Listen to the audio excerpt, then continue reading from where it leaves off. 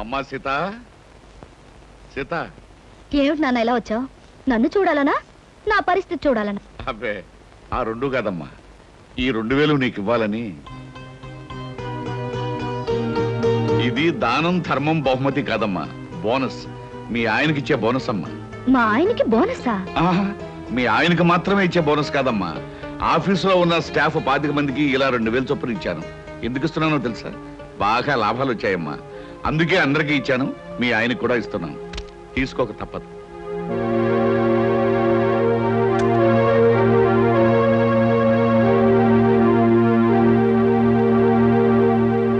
తీసుకోండి. ఏమిటమ్మా ఇది?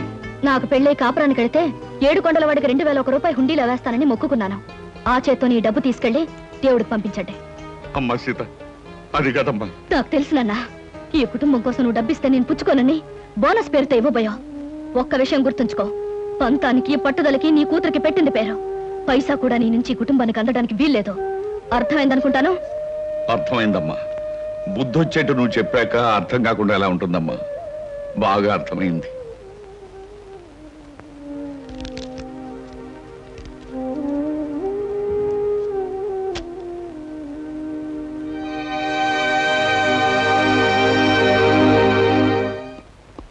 గుడ్ మార్నింగ్ మావయ్య గారు. ఏమిటి కవర్ చేశారట? చూడు కృష్ణ, మనం కొత్తగా పెట్టిన ఫర్నిచర్ ఏజెన్సీ తాలూకు సేల్స్ ప్రస్తుతం బాగానే ఉన్నాయి. కాకపోతే ఒక గొప్ప అవకాశం రాబోతుంది. తెలివిగా దాన్ని మనం పట్టుకోవాలి. అవకాశం అనేది కనిపించాలే గాని దాన్ని పట్టుకోకుండా వదలంగా అంకుల్. ఏమిటది?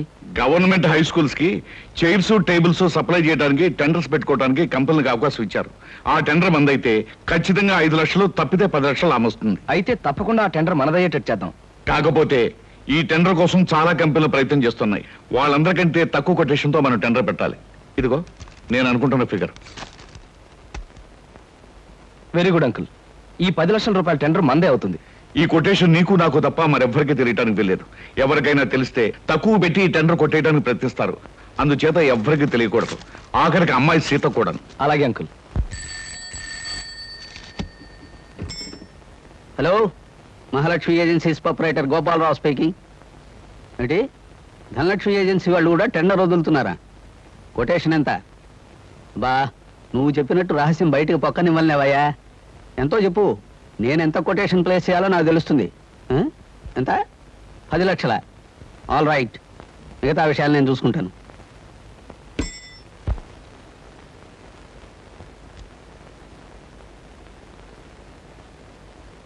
స్కూలు ఫర్నిచర్ నిమిత్తం సర్కారు వారు ఏర్పాటు చేసిన కాంట్రాక్టుకు 9,99,995 రూపాయలకు టెండర్ పెట్టిన గోపాలరావు గారికి ఇవ్వడమైంది.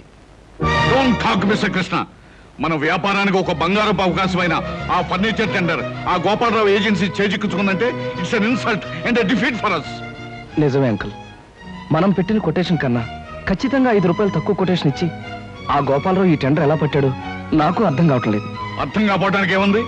మనం ఎంత అమౌంట్ కోట్ చేసి టెండర్ పెట్టామో అది గోపాలరావు తెలుసుకుని అందుకు 5 రూపాయల అమౌంట్ తక్కువ కోట్ చేసి టెండర్ కొట్టేశాడు. కానీ మనం ఎంతకు పెట్టామో అతనికి ఎలా తెలుసుంటుంది? చిన్న ఇంటి వాసాలు లెక్క పెట్టేవాళ్ళు, నమ్మిన మనుషులు వెన్నుపోటు పొడిచేవాళ్ళు ఆఫీస్లో ఉన్నప్పుడు తెలుసుకోవడానికి గోపాలరావుకి ఇది పెద్ద కష్టమైన పని ఏం కాదు. అంకుల్, ఏమిటి అలా మాట్లాడుతున్నారు? ఏమిటి మీ ఉద్దేశం? ఇంకా సూటిగా చెప్పంటావా? మన కొటేషన్ విషయం నువ్వే అతనికి తెలియజేసి ఉంటావు. అంకుల్, ఎస్, ఎంత డబ్బు టెండర్ పెట్టామో నీకు నాకు తప్ప మరొకరు ఎవరికి తెలియదు. ప్రొపరేటర్ నేను కనుక అవతల పార్టీకి ఎలాగో చెప్పను. ఇకపోతే మిగిలింది నువ్వు. నీ వల్ల అతనికి తెలిసి ఉండాలి. అంకుల్, ఈ కంపెనీ నాదే. ఇది బాగుండాలని వీధి వీధి తిరిగి ఈ కంపెనీ ఇంత అవడానికి కారకుండైన వాడిని నేను ఈ కంపెనీకి అన్యాయం చేశానంటారా? నమ్మకాన్ని విశ్వాసాన్ని కూడా డబ్బు కమ్ముకునే రోజులవి. ఆ గోపాలరావు నీకు లక్షలు ఇస్తానో లేకపోతే తన కంపెనీలో వాటా ఇస్తానో ఆశ పెట్టుంటాడు. దాంతో నువ్వు నన్నే మోసం చేయడానికి సిద్ధపడ్డా. తప్పు చెయ్యకుండా నిప్పులాగా బ్రతకాలనుకుంటున్నా నన్ను నీతి లేనివాడు, మోసగాడు అంటున్న మనిషి మీరు కాక మరొకరు అయినట్టయితే నేనేం చేసేవాడో నాకే తెలియదు. గుప్పెడు మెతుకులు తిన్నా కష్టార్జితంతో సంపాదించానే గాని మరొకరిని మోసం చేసి సంపాదించలేదు. అలాంటి నన్ను అనుమానించి అవమానిస్తున్న మీ దగ్గర ఇంకా నేను పనిచేస్తే నాకు సిగ్గు, లజ్జ, నీతి, నిజాయితీ లేనట్టే లెక్క. అందుకే ఈ క్షణంలోనే రిజైన్ చేస్తున్నాను.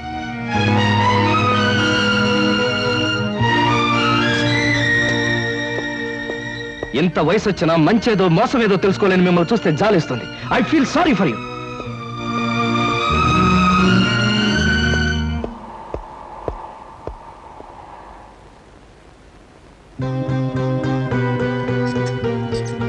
కమింగ్.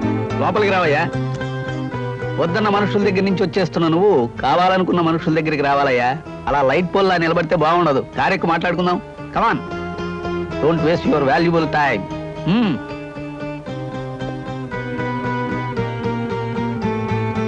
డ్రైవర్ కార్బోని.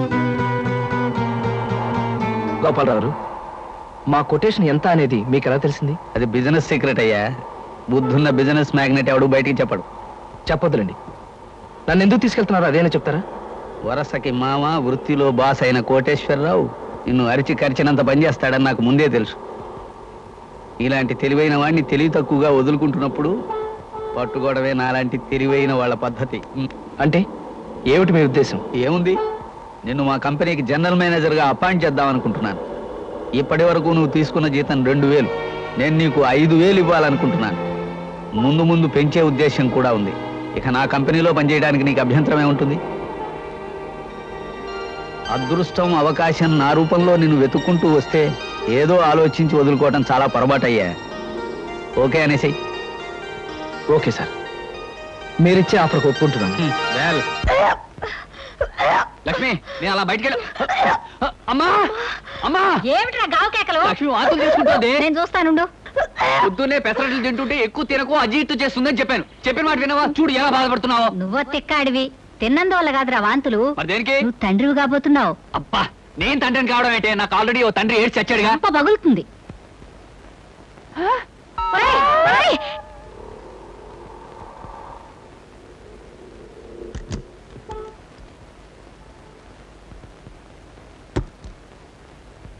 శంకరం, నాన్న, మీకు ఎన్నిసార్లు చెప్పాను నా కోసం ఇవన్నీ తేవద్దని? నీకోసం ఎవరు తెచ్చారమ్మా? లక్ష్మి నిలదప్పిందని తెలిసి కానుగ్గా ఇచ్చేద్దామని వచ్చాను. అయినా నీకోసం తేవడానికి ఏం సందర్భం ఇటు చచ్చింది గనక. ఆహా, రండి బావగారు, రండి కూర్చోండి. సీత, నాన్నగారు వచ్చారు, కాఫీ తీసుకురామ్మా. ఏడు బావగారు, శుభవార్త మీ దాకా వచ్చేసిందన్నమాట. అవునయ్యా శంకరం, నీకు శుభాకాంక్షలు చెబుదామని వచ్చాను. ఉత్త శుభాకాంక్ష అయితే లాభం లేదు బావగారు. నాకు పుట్టబోయే మనవడు నాకంటే గొప్ప సంగీత విద్వాంసుడు కావాలని కళ్యాణ నగర్లో తమరు ఘనంగా నన్ను ఆశీర్వదించాలి. అలాగేనయ్యా శంకరం, తీసుకోండి. ఏమైనా నువ్వు అదృష్టవంతుడు అయ్యా. కన్న కొడుకి ఏడాది క్రితం పెళ్లి చేసావు, తాతో కాబోతున్నావు. మరి నేను ఉన్నాను. కూతురికి 1.5 ఏళ్ల క్రితం పెళ్లి చేసినా నా చేతి మీదుగా ఇంతవరకు ఏ అచ్చటా ముచ్చటా జరిపించలేకపోయాను. దేనికైనా రాసి పెట్టి ఉండాలయ్యా.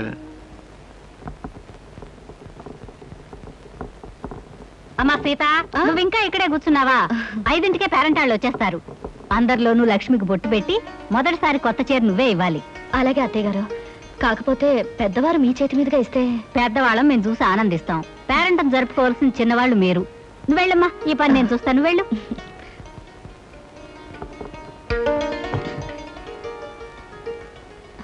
అందరి ముందు కూర్చోవలసిన లక్ష్మి ఇది కట్టుకుంటే బాగుంటుంది.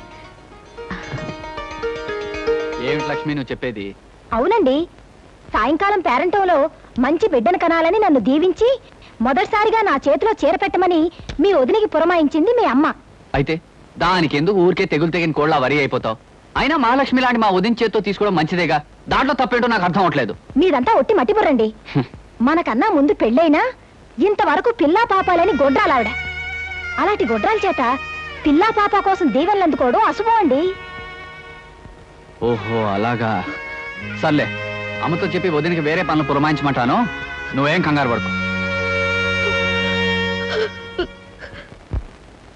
మళ్ళీ రేపు వచ్చి పాఠం చెప్తానమ్మా. మంచిదండి. ఎంత నేర్చినా ఎంత చూచినా. శంకరయ్య గారు, శీఘ్రమేవో సంగీత ప్రాప్తిరస్తు. నాలాంటి మహావిద్వాంసులకు పాదాభందనం చేయడం మామూలు అనుకో. ఏమిటి, సంగీతం నేర్చుకోవాలి సరదా పుట్టిందా? నాకు సంగీతం నేర్పడం కాదయ్యా బాబు, నా కాపురాన్ని కాపాడవయ్యా. ఏమిటయ్యా? నాకు పిల్లలు ఉండరన్నావు, దానికి పిల్లలు పుడతారన్నావు.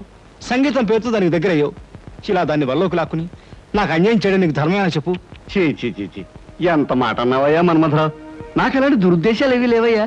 నాకు కొడుకులున్నారు, కోడళ్ళున్నారు, మహాలక్ష్మి లాంటి భార్య ఉంది. నాకు సంగీతం అంతగా రాకపోయినా కాస్తో కూస్తో సంస్కారం ఉందయ్యా. మరి నువ్వు చేస్తుంది ఏమిటయ్యా? చూడు మన్మథరావు, పేకాట అనే దురలవాటికి అలవాటు పడిపోయాను. ఎప్పటికప్పుడు డబ్బులు కావాలి. జాతకం అనే నెపంతో డబ్బులు సంపాదిస్తూ ఉంటాను. మీ ఆవిడ ముందు నోటికొచ్చిందల్లా కూసి అడపదడప చిల్లర పుచ్చుకుంటూ ఉంటాను. అంతేకాని కల్లో కూడా నాకు ఆవిడ మీద దురుద్దేశం ఏమీ లేదయ్యా. నువ్వు చెప్పేది నిజమా? నీ మీద ఒట్టు. అమ్మయ్య, ఇప్పుడు నాకు మనశ్శాంతిగా ఉందయ్యా. చూడు శంకరయ్య, నీకు ఎప్పుడైనా డబ్బు కావాలంటే నన్ను అడుగు, నేను ఇస్తాను. అంతేనా? నువ్వే డబ్బులు ఇస్తూ ఉంటే సంగీత పాఠాలు ఎందుకు చెప్తానయ్యా? అయినా నా పిల్ల కూడా నాకు సంగీతం వచ్చు. ఎందరో మహా క్లబ్కు టైం అయింది. అలాగే. నమస్కారం.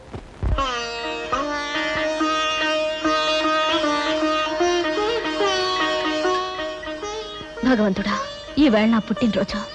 ఇన్నేళ్ళు నా పుట్టినరోజు ఒక పండుగలా జరిగేది. కానీ ఈ పుట్టినరోజు నేనెందుకు పుట్టానో అనిపిస్తుంది. ఇక ముందు ముందు నా పుట్టినరోజులు ఎలా జరుగుతాయో ఏమిటో. అంతా నీదయ్యా. రండి బాబు గారు, రండి. మీ అమ్మాయి పుట్టినరోజున అఠాన్ బాగా వచ్చారు. కూర్చోండి. సీత, సీత, ఏమిటి మావయ్య గారు? మీ నాన్నగారు వచ్చారమ్మా. నువ్వు మాట్లాడుతుండు, మీ అత్తయ్యతో చెప్పి కాఫీ పలహారాలు పంపిస్తాను. వెళ్ళమ్మా. ఈ ఇంట్లో పుట్టినరోజుకి పెద్ద ప్రత్యేకతలు ఉండవు నాన్న. మీరెందుకు ఇక్కడికి వచ్చారు? ఎవరి పుట్టినరోజుకి ఏ ప్రత్యేకత లేకపోయినా నా బిడ్డ పుట్టినరోజు నాకు ప్రత్యేకమైన రోజమ్మా. ప్రతి సంవత్సరం నీ పుట్టినరోజుకి ఏదో కానుకిచ్చేవాడిని. అలాగే ఈ సంవత్సరం కూడా నీకు ఇష్టమైన డైమండ్ నెక్లెస్ తీసుకొచ్చాను. బాగుంది నాన్న. దీని ఖరీదంతా? ఖరీదే ఉందమ్మా. అయినా కానుక తీసుకునేటప్పుడు ఖరీదు అడగడం ఏంటమ్మా?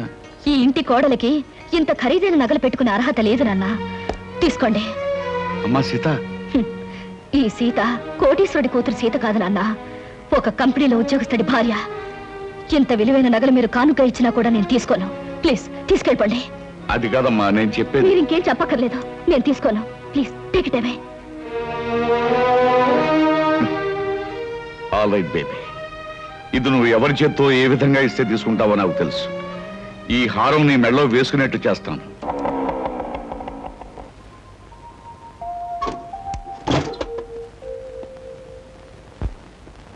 సీత, ఈరోజు నీ పుట్టినరోజుని నా బోనస్ డబ్బు, కమిషన్ డబ్బు, దాచుకున్న డబ్బు అన్నీ కలిపి నీకు అద్భుతమైన బహుమతి తీసుకొచ్చాను. ఏమిటది? నీకు ఇష్టమైన రవల్ నెక్లెస్.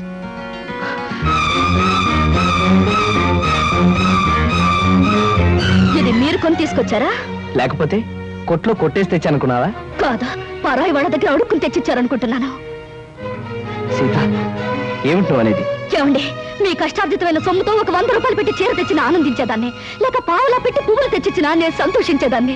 అంతేగాని సిగ్గొదిలి ఎవరో కొన్న నగలు తీసుకొచ్చి అలవాటు ప్రకారం అబద్ధం చెప్పి నాకిద్దాం అనుకుని మిమ్మల్ని చూస్తుంటే ఒళ్ళు మండిపోతుంది.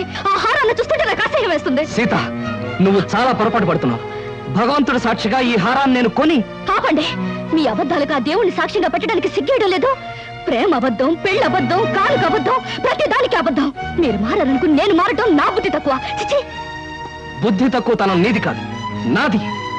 నిజమైన ప్రేమని, నిజాయితీ అయిన మనసుని అర్థం చేసుకోలేని నిన్ను నెత్తిన పెట్టి చూసుకోవటం నాది బుద్ధి తక్కువ. అనుక్షణం నా మనసును గాయపరుస్తున్నా ఓర్పుతో ఉండి నీ ప్రేమను పొందాలనుకోవడం నాది బుద్ధి తక్కువ. అసలు నీ కానుక తీసుకురావాలనుకోవడం నాది బుద్ధి తక్కువ. మనసనే అందమైన అద్దాన్ని భద్రంగా చూసుకోవడం పోయి దాన్ని బద్దలు కొట్టడమే జయంగా పెట్టుకున్న నిన్ను ఆ భగవంతుడు కూడా క్షమించడు. అమ్మా సీత, ఎన్ని పంతాలు పట్టింపులు ఉన్నా పుట్టినరోజు నాడు మీ నాన్నగారు స్వయంగా తీసుకొచ్చి ఇచ్చిన కానుకని కాదనకూడదమ్మా. ఆయన ఇస్తే తీసుకోలేదని మా చేత్తో ఇమ్మన్నారు. తీసుకోమ్మా.